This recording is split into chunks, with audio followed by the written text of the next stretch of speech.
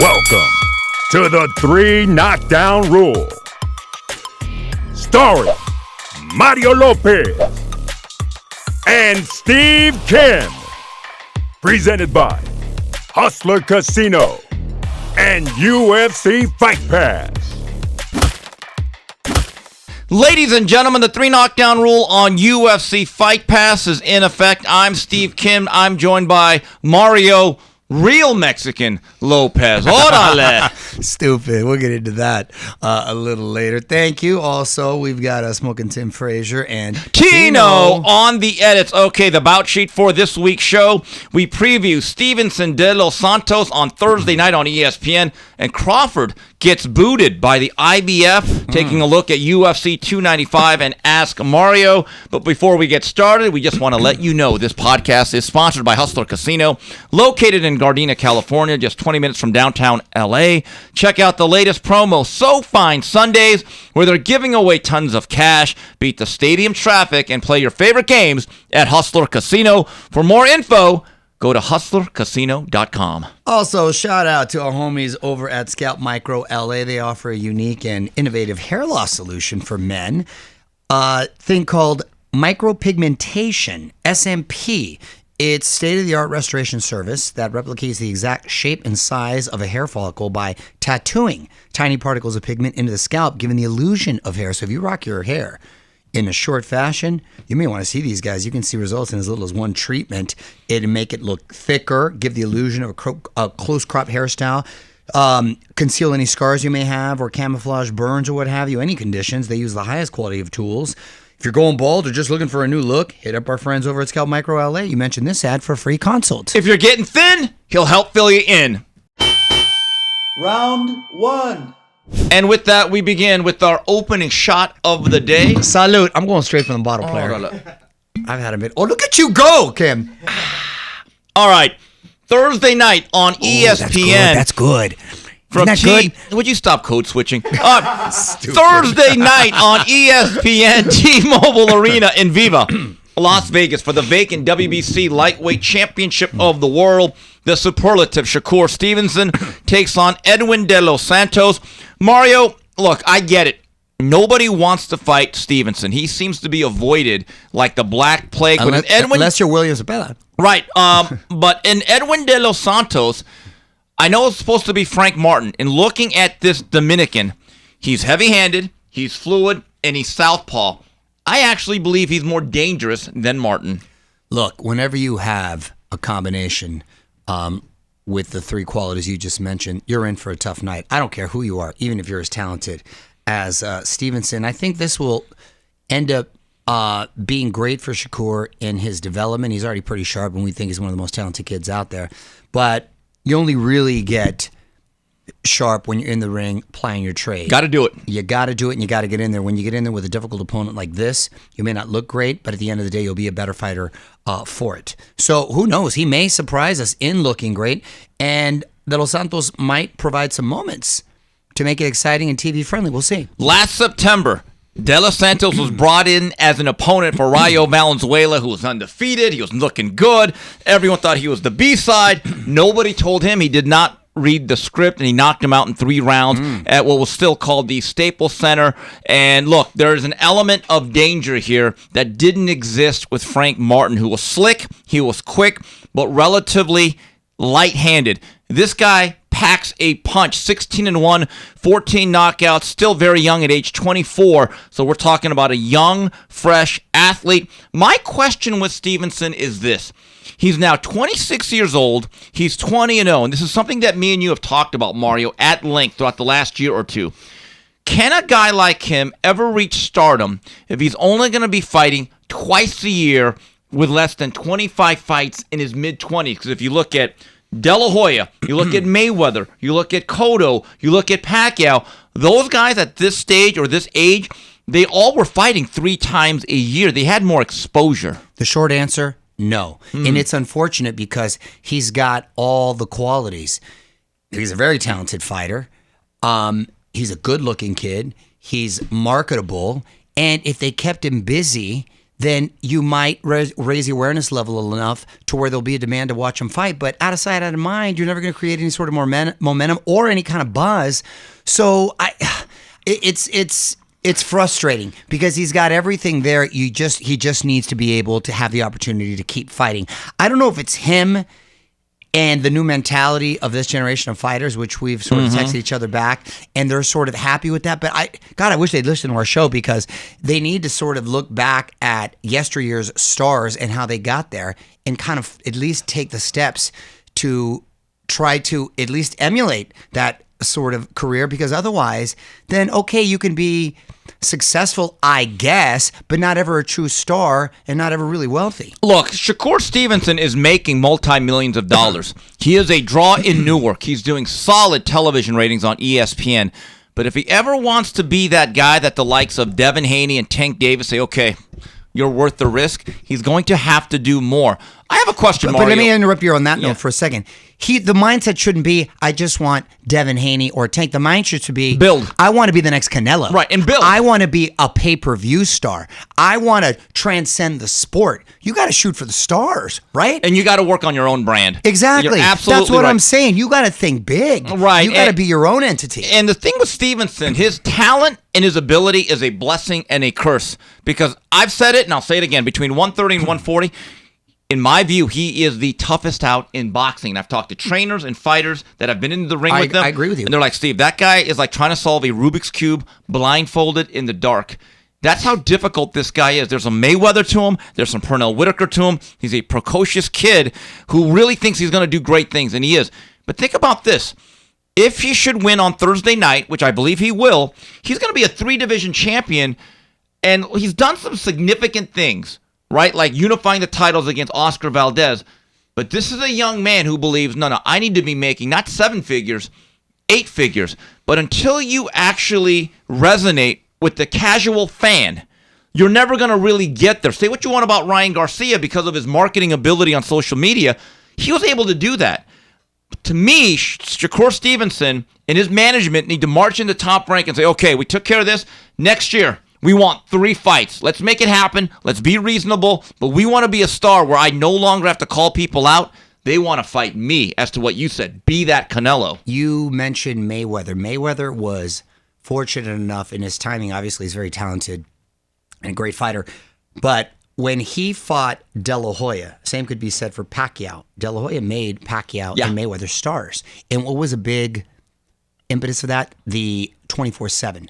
That platform, showcase his personality, the sort of the hip hop swag, all that. That, along with the fighting, catapulted him. You're not going to get to the point to have a platform like a 24/7 if you don't become a pay-per-view star. You're not going to be able to become a pay-per-view star unless you start fighting and you're busy and people know who you are. So it all goes back to the beginning. Ryan is a rare case because he's the anomaly. He's an anomaly where he is a good-looking kid. He can fight a little bit, and he was clever about utilizing social media to his benefit.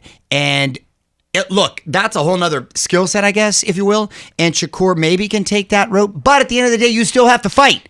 You still have to fight. Oh, Mario, speaking of Mayweather, you know what his record was when he got the De La Hoya fight in 2007? What was it? 37-0. I was going to say, I thought he was close to almost 40 fights. And he was a 4-division world champion, Right. and no worse than number 2 pound for pound. Most people had him number 1. Here's the thing with Stevenson. He's 26 years old. He's 20-0.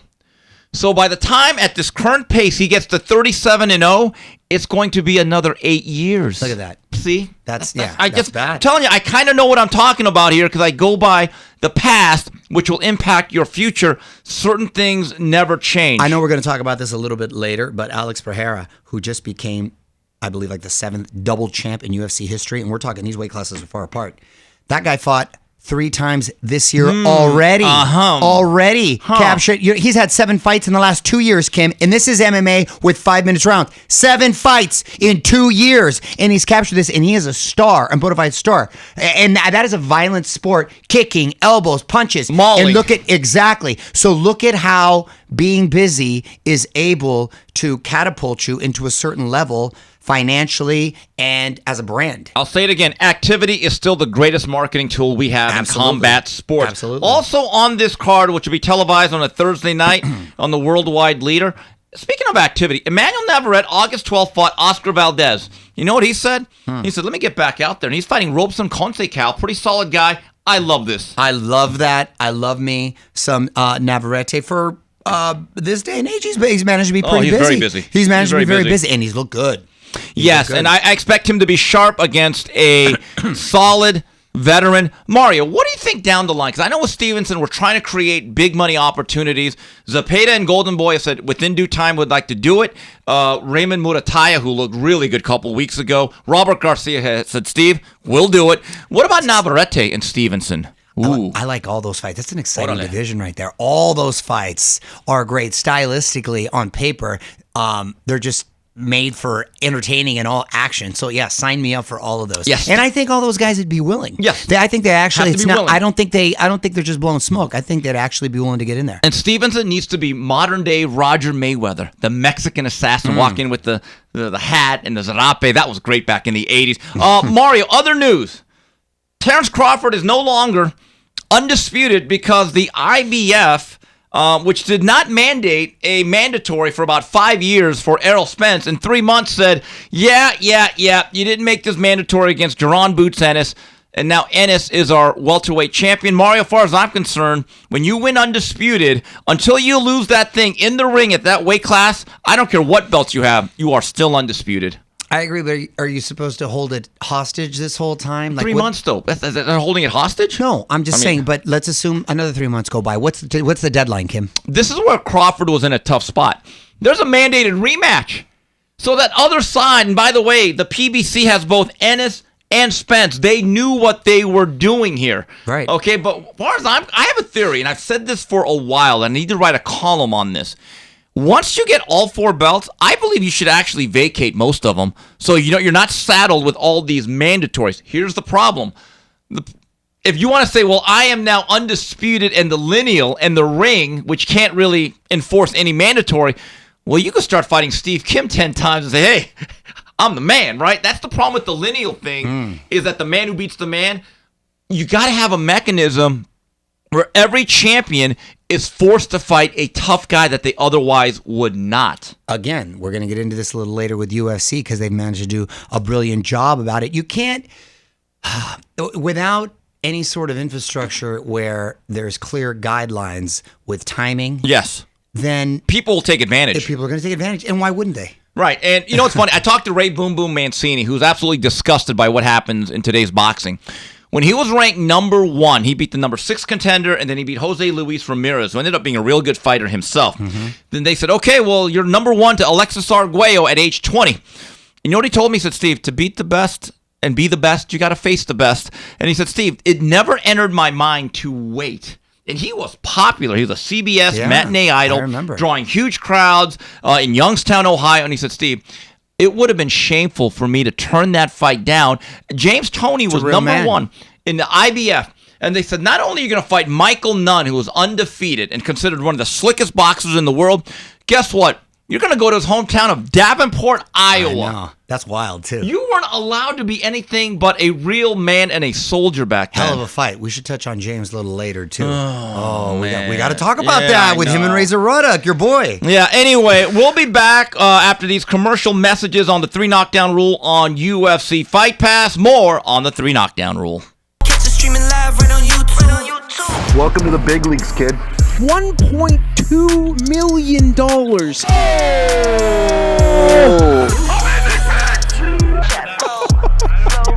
And I'm losing in this fucking game. What the fuck? There's a 400K flip. If I win by the way, you get 10 grand. Fucking straddle! For my fans! What? I read it twice! Wow. All in a call. I'm not fucking leaving! Raise it up.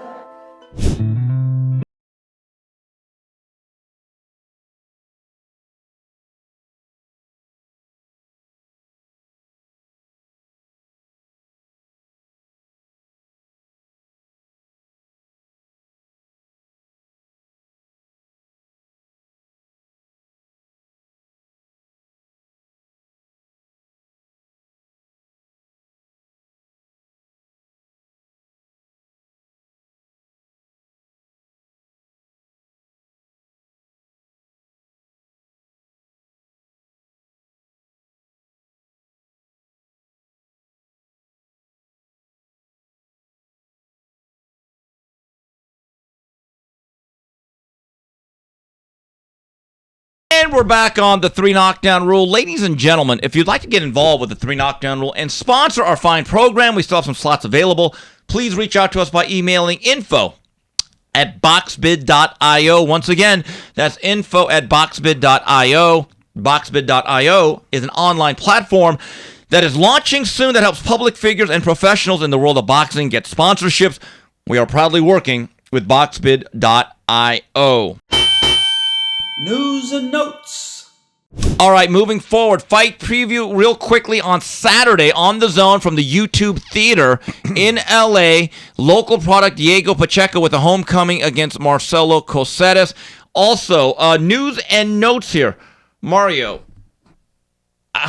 I get it. The PBC is kind of going through some difficult times. They're in a transition. But here's a fight that is straight out of the hot tub time machine, and I thought it was a joke when I first saw it on Twitter. Did you know that Robert Guerrero and Andre Berto are going to be having a rematch on the Benavidez Andre card on November 25th? Bro, I mean, I happen to know both Robert and Andre. Nice guys, really cool guys. But my man, if this was 8 years ago, okay. Maybe, but why? No one's asking for this. And is it something where they need to fulfill their obligations, PBC? Oh gosh. And sometimes when you got two fighters that are a little long in the tooth, they do put on a good show, but I just don't see anyone asking for this. And at this point, why don't we get Brandon Rios and Victor Ortiz? Oh, yes, the Garden City grudge I would match. Still see that. You know what? You make that a doubleheader. I might cough that up. one. But we never see that. I would still see that. But like that, and I know you don't want to talk about it, but what's the difference between that and James Toney and Razor Ruddock, who fought this past weekend? James still got those fast hands, by the way. I still wouldn't tangle with them, but I still wouldn't okay. tangle You know with what them, the but difference is? Even then, 20 years. Those guys are in their mid to late 50s. Look, as 50s much aren't old. We're in that level. Yeah, right I there. agree, but we're not tangling without headgear and 10-ounce gloves either. Dude, I know. It's like, what's going on? We're going backwards here as a sport and as a society. Here's the issue. One thing I remember watching Guerrero Berto 1, it was in Ontario, and I didn't go to that fight because I remember Notre Dame was playing USC, I think on a Thanksgiving weekend, and I wanted to watch that game because Notre Dame was undefeated, and they're making that march to the national title game. And it dawned on me, Mario, this is how time flies as you get older. That was 11 years ago. Bro, that's a long time ago. And in boxing, I might as well be 50. That's crazy. I was just like, wow. It is true, though, Mario. When you get older, time is very relative. It is. When you were 15, you said, man, I'm not going to be 26 for 1,000 years. Now, all of a sudden, from 40 to 50, I sometimes like, wow, wait a minute. That was 11, 12 years ago. When someone says 20 years ago, I said, oh, like 1990? Yeah, right. Don't you think like that's like 30. Bro. 33. That's 33 now. That's what I'm saying. That's what I'm saying. I have no sense of time anymore. Yeah. So, again, Guerrero Berto, I guess it could be fun, but here's the problem. Does the winner fight on? I don't know. I don't know. What's the end game here? What's the long game here? Like I said, maybe they're fulfilling obligations to them contractually. PBC. I'm assuming. I don't know. It's just wow. Maybe they're banking on name recognition. I'm at a loss for words. I don't know what to say to that. And Mario, some news out of the ring. Last week, heavyweight Jared Anderson. We've talked a lot about some of his, I don't say issues, but his dilemma about the sport of boxing, wanting to get out. He was arrested for driving under the influence and possession of a firearm. Is it time to be worried about him? Because I am. I'm not going to lie to you. There's a lot of things. It's never a good look. And at this point, if you get a DUI because of Uber and all these other ride shares that are available, like, what's wrong with you, man? You're putting other people in danger and stuff. And that's just, it's so... you know me, I don't even drive anymore if I'm going to have one drink. It's just so easy to Uber. Right. Why even mess with it? Had he done that, none of this would have ever happened. But there's just so many things. So it goes into your decision making. Right. So clearly he's going through some stuff, and I'm not going to play psychologist, but I think you're right. I don't know if he's got the mental makeup to continue down this path towards a championship. Like a Keyshawn Davis, talented young lightweight, who everyone thought was the crown jewel of our last Olympic team. Top Rank signed him to this highly, highly lucrative deal. He gets his last fight which was a win, expunged because he tests positive for marijuana. You know what I found more alarming? That he's on Twitter saying, well, marijuana is legal in a lot of things, and that this is not right. And I'm like, wait a minute, hold on. That's not the right approach. You just need to say, I need to sacrifice. This is my career. This is the rules. Whether you like it or not, you got to play by it. That's exactly it. And so sometimes what happens, how you behave outside the ring will tell you what's going to happen inside of it.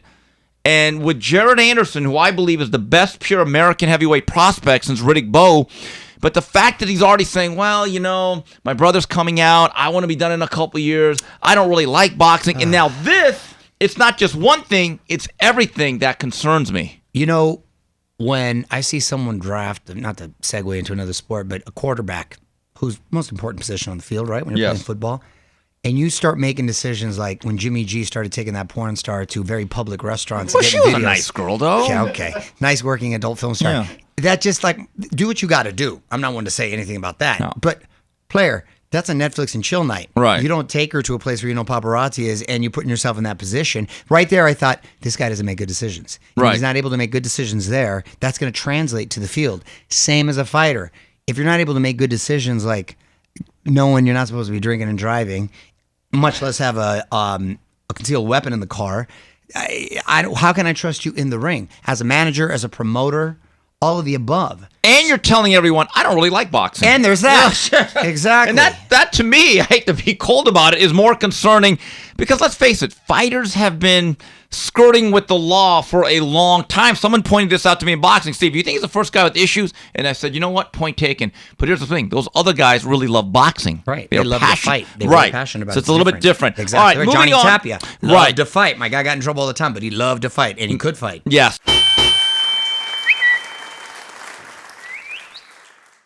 Moving on to the Ask Mario segment of this program, Andy's random edits. Here's a random question. What is your favorite color? What? Yeah. What are you, 5 years old? Yeah. What's my favorite color? Yeah. Depends on what. Clothes, cars, just to look at. Clothes, black. Cars, black. Can't go back. To Can't look go at. back. Johnny Cash. I like a nice turquoise water. Reminds me of vacation. I would say green and orange. Even now. Yeah. Oh, God. Anyway, It's Ryan. the ugliest colors ever. You shut up. Ryan Longer. Anything surprise you about the Rocky franchise or Sly himself during your interview with Frank? Well, there was a couple things I learned, right? I was not aware that Ken Norton was the original choice. And the fact that the director, John Avildsen, didn't like the script, which I'm coming clean. I'm coming around Rocky 2. It's a little, some of the scenes I've seen, I said, you know what, it has a little more depth to it than I want to give it credit for. The other ones were just like fun music videos. Right. But the fact that he didn't want to be involved in Stallone took it upon himself to write and direct. So a couple things, but for the most part, I knew a lot of. Did you also know that Stallone himself still has those turtles, Cuff and Link? Does he really? He still has. Can you believe those turtles are still alive since 1976? Jeez. Turtles live forever. Yes. You know, I got that one in the Galapagos Island that's like 168 years old. Been around since Civil War. Yeah, exactly. He was kicking it with Abe. Friday night, I was flipping around, and one of the HBOs was showing the original Rocky. In my view, Masterpiece. They perfected, I don't know if they invented it, but the sports highlight montage.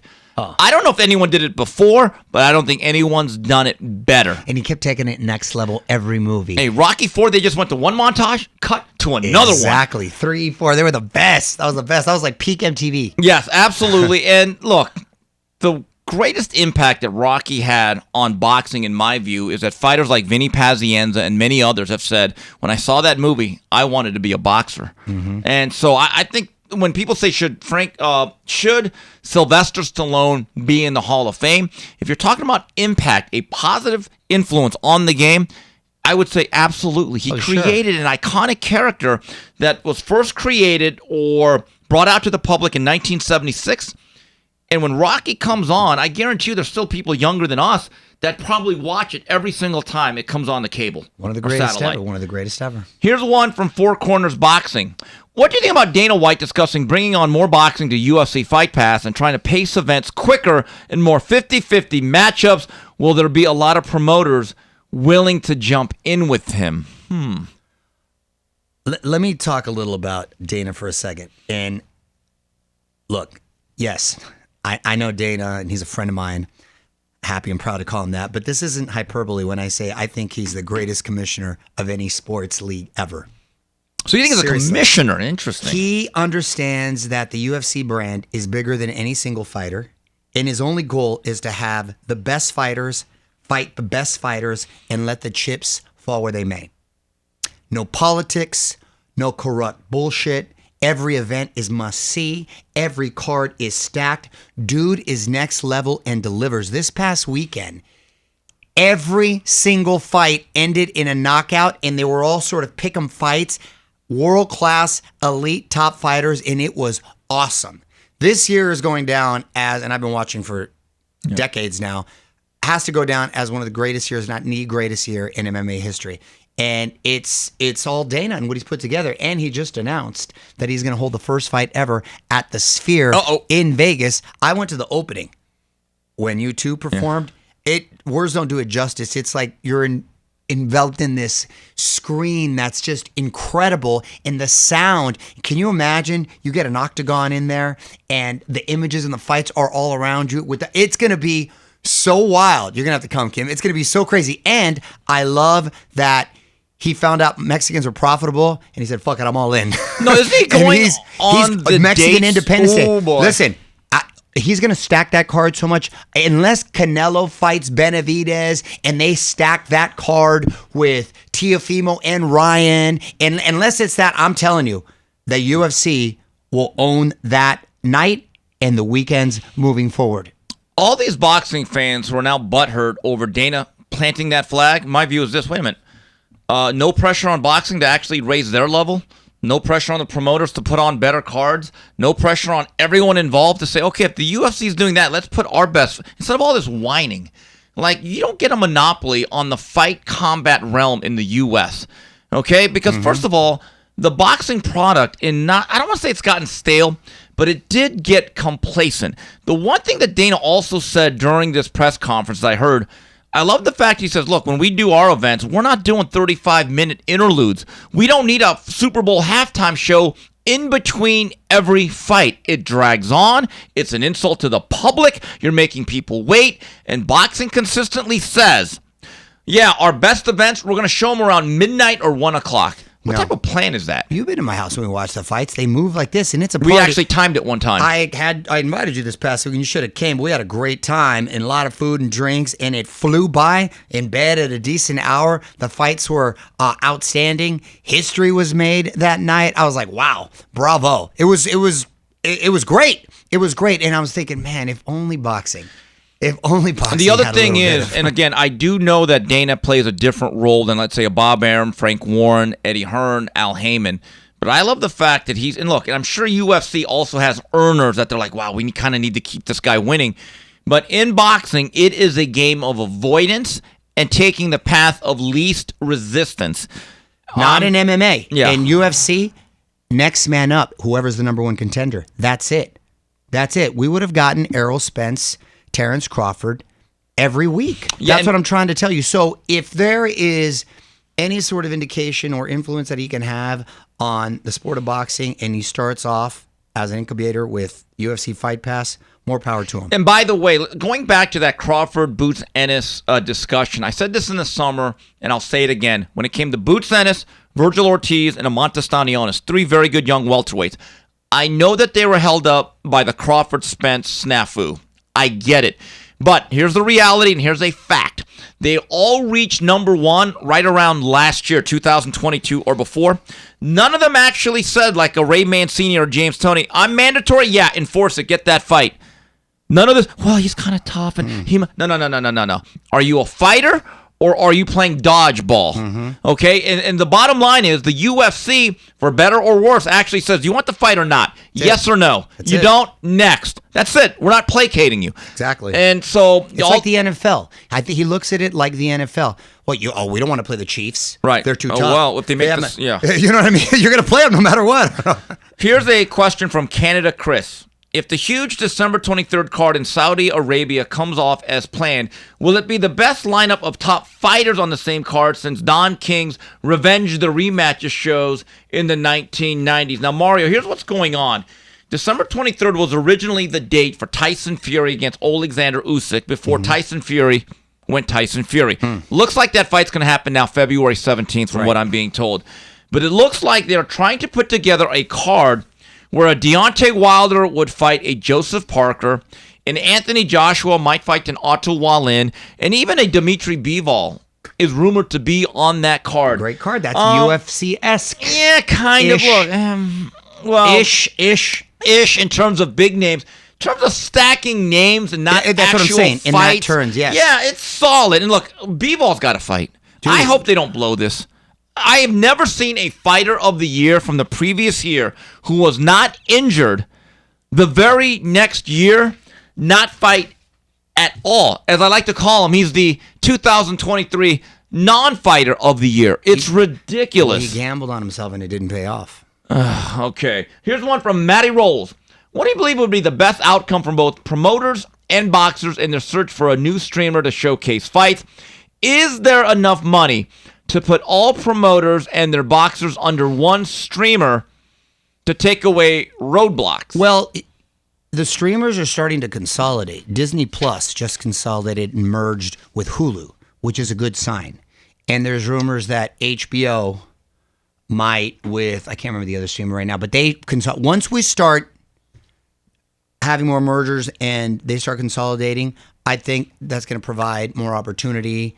There's going to be deeper pockets, and live content is still king. So I feel pretty confident that it will end up. Amazon tried to dip their toe for a second, and then something had happened, but I think they might try to revisit that. Mario, I don't think we need everyone to be under one umbrella. I think the system works with multiple promoters who have different needs and wants in their fighters, and certain fighters will be better or bigger priorities with certain promoters than ever. When you say everyone, who do you mean by what? Well, I'm just talking about every single promoter has to be under one. Oh, no, right. I don't agree with that. Yes, I don't correct. even think every fighter should be under one promoter. You Correct. know why?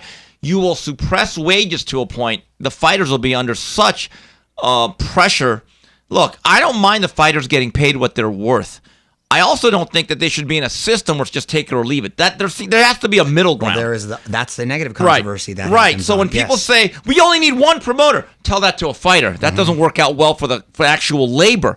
Now, what I believe needs to happen is we got to have a system where promoters are willing to work with one another consistently when the time is right. Like, think about it.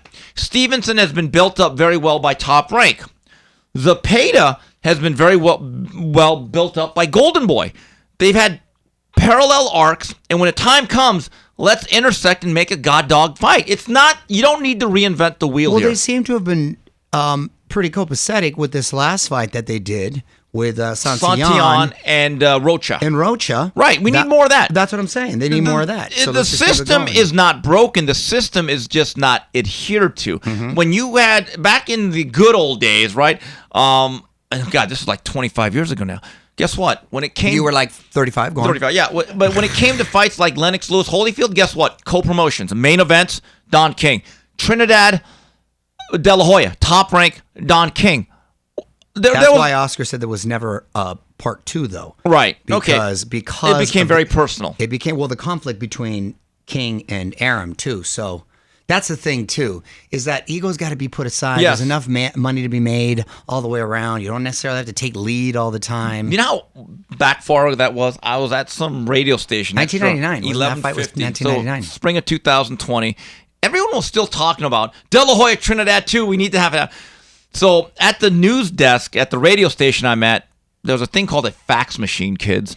And the fax, I was like, I saw the Don King logo. You probably still have one. I do. So then I'm like, well, Don King.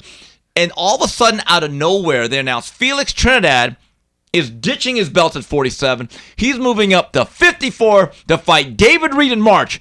And it was a stunner. And there's no doubt it was very personal. I still remember Don King at the post-fight press conference, September 18th of 1999. Oh, Running Coyote and Lonesome Bob. And I kind of knew, like, ooh, they're not going to make the rematch. You had that feeling that Bob and Don, it was really more about How much them. money do you think Trinidad left on the table not doing that rematch?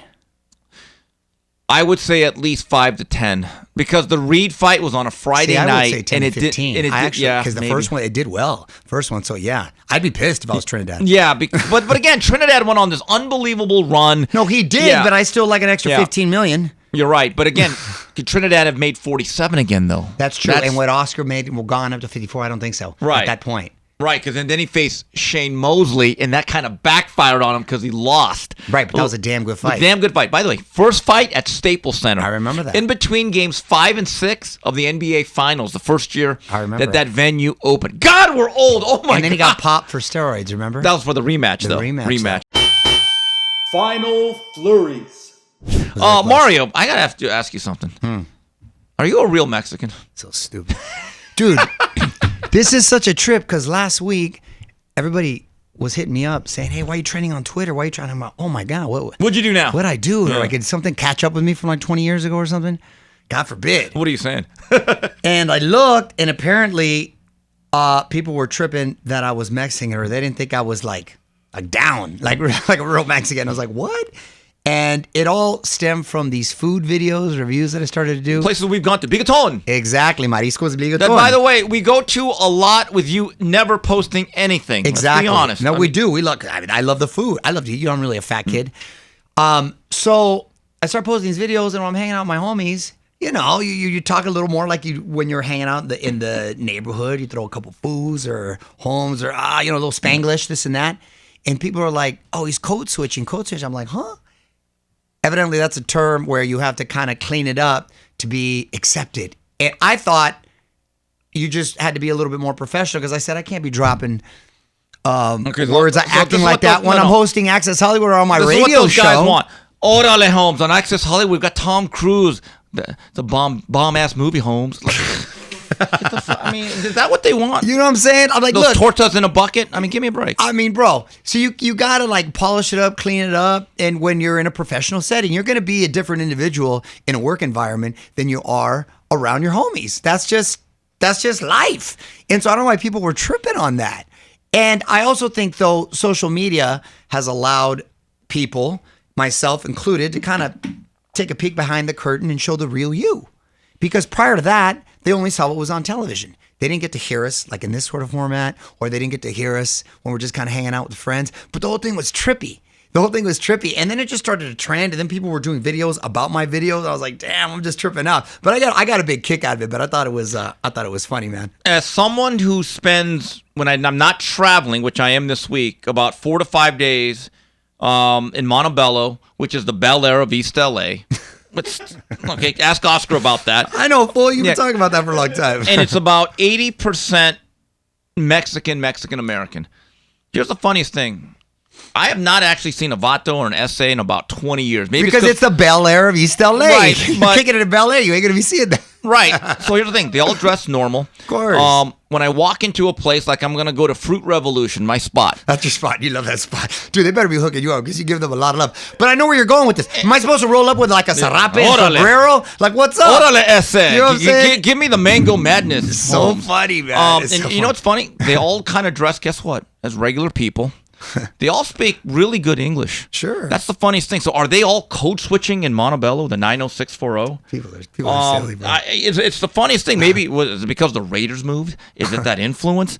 I don't understand this whole notion. So let's say you wore a bandana and cut off khakis and your socks high, which you kind of do anyway, by the way. Right? the bandana. And Nike Cortez. Okay? And let's say you lived up to every negative stereotype that certain people may have of Mexicans. So then are you on code? Is that what they're saying is what they expect? It's a very ignorant take, to be honest. Because I went to Montebello High School. Yeah. Okay, now again, that's the Harvard of East LA. Only the finest students go there. Okay? I would say that at least half of our students went to a 4-year college. Unlike Bell Gardens or El That's Rancho, awesome. it's a little bit different. So I have a question. Were they code switching? Were they living down to the American dream, or were they selling out? I have a question. I mean, I'm seriously. It's exactly right. It's just like, I don't get it, because I'm around Mexicans a lot on a daily Mexican. basis. Orale. I'm code switching now. So I don't understand this. I mean, It's silly. It's silly is all it is. And look, at the end of the day, you need to carry yourself like a professional in a professional in any setting. If you want to try to, like I said, I'm trying to cash these checks. I'm trying to like keep a job here, employed. Right. I got a family feed. Man, I'm 50 years old. I'm not trying to play any games. I'm who I am. It's just now you're getting to kind of see it because of social and all that. So I can imagine the next time a supervisor at work or his man, hey Mario, are you available? Because we need to change your schedule. You just react, chinga tu madre, something. Damn, Or something like. I mean, man. just seriously. Oh, by the way, I want to give you this. It's been in my car for a while. I keep forgetting it. And my fourth cousin, not really, Sean Nam, wrote this book. It's called Murder on Federal Street about Tyrone Everett, slick black boxer out of Philadelphia. There you go. Nice, thank you. He was involved in a fight that the late, great Harold Letterman, great friend of ours, said was the worst decision ever against Alfredo Escalera. And it's about living in Philly in the 70s. What was it like to be a boxer? And he ended up getting murdered. They don't know by who. There was some gang violence involved. Dang. But the thing that I really took away from this is guys like him back then, they had to fight a lot to make a living. Yeah. And they had to take sometimes big money, small money, any money. And he always got into it with this promoter that watches our show, Russell Peltz. If you're out there, we love you, Mr. Love Speck. Russell. And he would tell you, he goes, Steve, I had the most rocky relationship with Tyrone Everett. Because I liked him, but we hated each other.